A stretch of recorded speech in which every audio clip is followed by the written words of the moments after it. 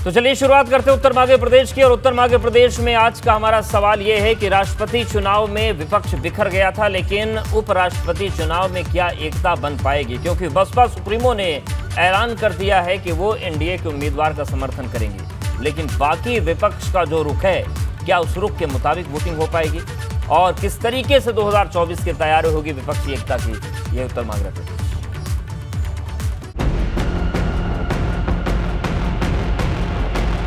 उपराष्ट्रपति चुनाव के लिए मायावती का बड़ा ऐलान। महामहिम के बाद उपराष्ट्रपति चुनाव में भी बसपा का भाजपा को साथ। बसपा के समर्थन पर अपनों ने भी उठाए सवाल।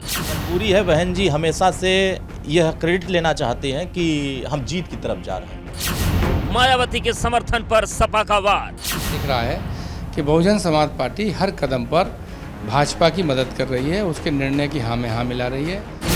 तो भाजपा ने जताया बसपा का आभार। धनखड़ जी को जिस ढंग से उन्होंने अपना समर्थन दिया, मैं बहुत बहुत आभार प्रकट करता हूँ। राष्ट्रपति चुनाव में बिखर गया था विपक्ष, उपराष्ट्रपति चुनाव में सधेगा कुनबा। उत्तर मध्य प्रदेश। तो चलिए मेहमानों का रुख कर लेते हैं। हमारे साथ हैं सपा प्रवक्ता मनोज काका जी, प्रियंका गुप्ता जी कांग्रेस प्रवक्ता हैं, और मलूक नागर सांसद बसपा हरीश चंद्र श्रीवास्तव जी प्रवक्ता बीजेपी। आप सभी का बहुत स्वागत है। और सबसे पहले हरीश चंद्र जी आपके पास ही आ रहे हैं।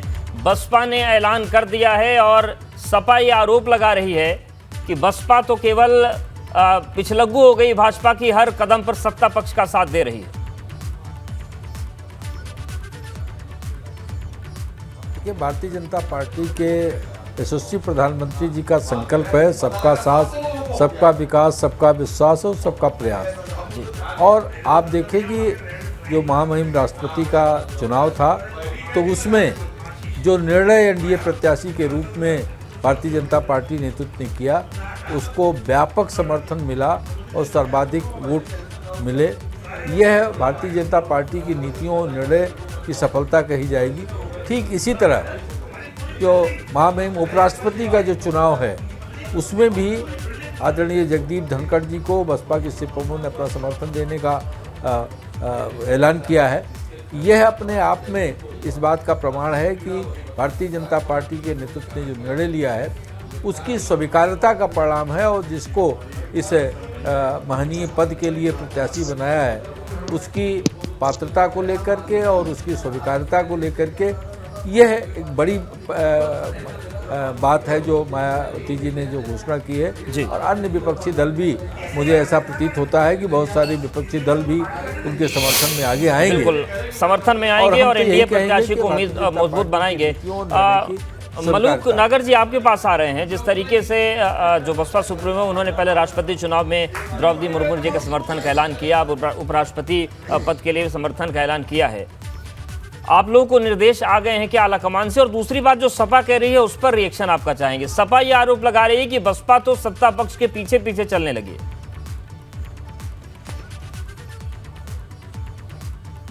देखिए, इसको समझने के लिए पीछे जाना पड़ेगा थोड़ा सा जी। कि राजस्थान आज की विपक्ष पार्टियों में मुख्य रूप से कांग्रेस है। हम राजस्थान में पिछले 2004 से 2010 वाले जब चुनाव में भारत सरकार को सपोर्ट कर रहे थे कांग्रेस को, वो हमारे कांग्रेसी विधायकों को तोड़ के ले गए वहाँ राजस्थान में। अभी पिछले दिनों हमारे 6 विधायक थे और हमारे डांका डाल लिया और तोड़ के लेगी कांग्रेस वहाँ पर राजस्थान में। तो फिर भी आप ये चाहते हैं कि हम कांग्रेस के पिछलग्गू हो जाएं? एक तो ये बात समझनी पड़ेगी और दूसरा समझना पड़ेगा कि जो हमने महामहिम राष्ट्रपति जी के कैंडिडेट को समर्थन दिया है, वो दलित हैं। और दलितों में जो एसटी कार्ड से संबंधित रखते हैं, आदिवासी हैं, जिसमें हमारे बहुत ही ज्यादा लोग देश में हैं। और कुमारी बहन मायावती दलितों के लिए, पिछड़ों के लिए हमेशा लड़ाई लड़ती रही हैं, तो वो समर्थन किया। और कांग्रेस के पिछलग्गू नहीं रहे। अलग हमारी आइडेंटिटी है, आइडियोलॉजी अलग है। और कांग्रेस जहां तक अपने प्रेसिडेंट को नहीं बना पा रही है पार्टी के, तो विपक्ष की भूमिका क्या होनी चाहिए उसको वो सही तरीके से निभा नहीं पा रही हैं। और जहां तक बात है अभी ये उम्मीदवार, अभी पिछले दिनों जब रिसफल हुआ था तो माननीय प्रधानमंत्री जी ने आकर के पार्लियामेंट में ये कहा था कि इतने दलित मंत्री बनाए हैं और इतने पिछड़े मंत्री बनाए हैं। तो हमारी पार्टी दलितों को, पिछड़ों को, मजलूमों को, कमजोरों को, कुचलों को, दबे कुचले लोगों को, अकलियत के लोगों के हमेशा साथ खड़ी रही है और पूरा जोरदार उनकी वकालत करती रही है। तो आज अगर पिछड़े समाज के कैंडिडेट को कैंडिडेट बना दिया है, जैसे चौधरी चरण सिंह जी कहते थे अजगर, अहीर, जाट, गुजर, राजपूत, तो हम तो पिछड़ों के लिए, मैं पार्लियामेंट में हमेशा बोलता हूं कि जाट, गुजर, यादव, पाल, सैनी, कश्यप, सुनार, लुहार, कुमार, तमाम पिछड़ी जातियां, तो आज पिछड़े में अगर कैंडिडेट आया है तो कुमारी बहन मायावती जी बगैर परवाह करे हुए किसकी कौन क्या कह रहा है, अगर किसी का होमवर्क नहीं है तो वो पहले पूरा होमवर्क कर ले।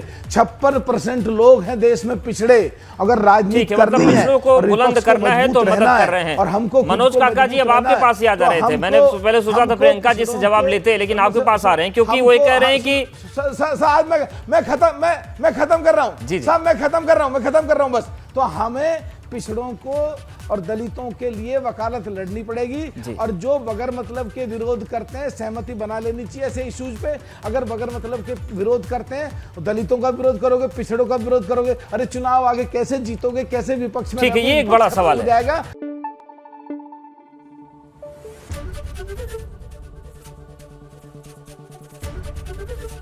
एबीपी गंगा, खबर आपकी, जुबान आपकी।